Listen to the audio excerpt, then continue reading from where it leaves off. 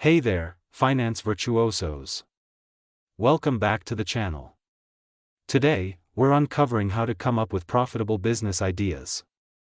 As financial experts, we know that a great business idea is the first step towards building wealth and achieving financial independence.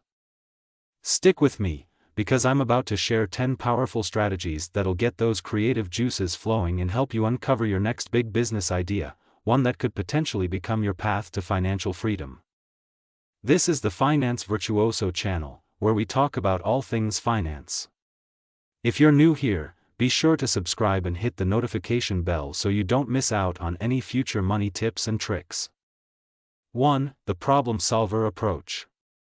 Let's kick things off with what I like to call the problem solver approach. This is all about keeping your eyes peeled for everyday annoyances and frustrations. You know, those little things that make you go, there's gotta be a better way. Successful businesses often start with simple solutions to common problems. Take the humble hot water bottle, for instance. Someone looked at people shivering in their beds and thought, hey, what if we could bottle up some warmth? Boom! A simple yet effective solution was born. So, I want you to become a problem detective. Start noticing the little, and big, inconveniences in your daily life. Maybe it's a software glitch that drives you nuts, or a household chore that takes way too long. Whatever it is, there's potential for a business idea hiding in that frustration. 2. Ride the wave of change. Next up, we've got what I call riding the wave of change. Our world is evolving at breakneck speed, especially when it comes to technology and social media. This constant flux creates gaps in the market, opportunities just waiting to be seized. Think about how cloud storage has revolutionized the way we keep our data. Remember when we all used to fumble around with SD cards? Now, we've got our entire digital lives floating in the cloud, accessible from anywhere. Your mission, should you choose to accept it, is to spot these shifts early. What's changing in your industry? What new technologies are on the horizon? How are people's habits evolving? By anticipating these changes, you can position yourself to meet emerging needs before they even fully materialize. 3. Leverage your experience. Now, let's talk about something you already have in your arsenal, your experience. Every job you've had, every project you've tackled, every industry you've worked in, it's all valuable intel for your entrepreneurial journey. The deeper your understanding of a field, the better equipped you are to innovate within it. You start to see the gaps, the inefficiencies, the unmet needs that others might miss. But here's where I want to challenge you: don't just stick to what you know. Be curious. Read widely. Talk to people in different industries. Some of the most groundbreaking ideas come from cross-pollination between different fields. So, use your experience as a foundation, but don't be afraid to venture into uncharted territory. 4. Future-proof your ideas. Alright, time to put on your futurist hat. This strategy is all about solving problems that don't quite exist yet, but are looming on the horizon. It's what I like to call future-proofing. Take a page out of Elon Musk's book. Love him or hate him, you've got to admit the guy's got vision. He looked at our reliance on fossil fuels and said, this isn't sustainable. Let's build electric cars and solar panels before it's too late. Now, I'm not saying you need to revolutionize the auto industry. But start thinking about the challenges we'll face in 5, 10, or 20 years. Climate change, aging populations, food security, these are all areas ripe for innovation. By addressing future problems now, you're not just creating a business, you're shaping the world we'll live in. 5. Tap into emotions. Let's get a bit psychological here. Our next strategy is all about understanding and tapping into human emotions. Because let's face it, we humans are emotional creatures, and our purchasing decisions often reflect that. Think about it: how many products in your home play on your desires, fears, or aspirations? That anti-aging cream promising to turn back the clock? The latest smartphone that makes you feel cutting edge and connected? These products aren't just solving practical problems, they're addressing emotional needs. Now, I'm not suggesting you manipulate people's feelings.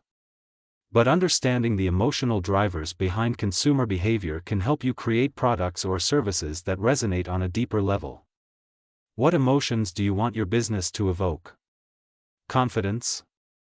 Security? Joy? Let that guide your ideation process. 6. The convenience factor.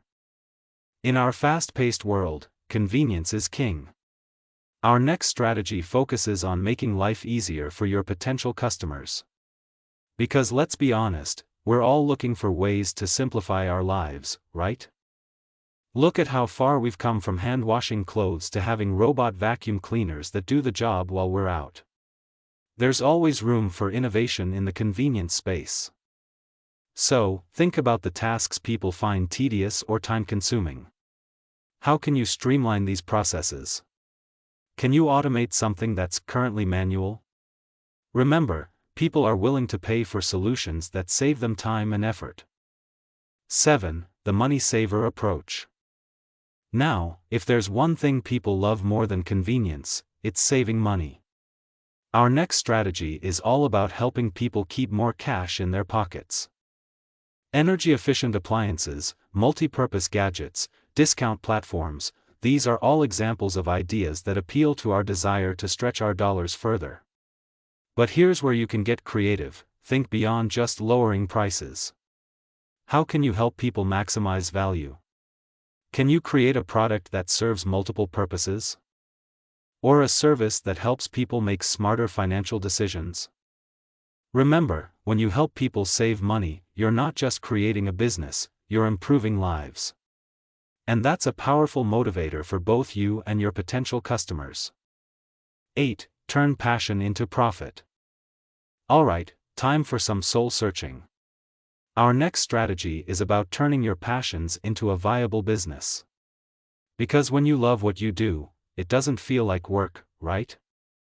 Think about the activities that light you up. Maybe it's photography, coding, cooking, or teaching.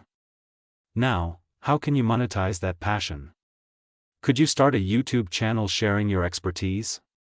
Develop an app that solves a problem in your hobby niche? Offer consulting services? But here's a word of caution: when you turn a hobby into a business, it changes the dynamic. You'll need to balance your passion with practical business considerations. Make sure you're prepared for that shift before taking the plunge. 9. The task transformer. For our next strategy, let's focus on those tasks that everyone loves to hate. You know, the chores and responsibilities that always seem to end up at the bottom of the to-do list. Your mission is to find ways to make these undesirable tasks more manageable, or even enjoyable. Think about how apps have gamified exercise, making it fun to track your fitness goals. Or how some companies have turned household chores into a sort of treasure hunt with rewards.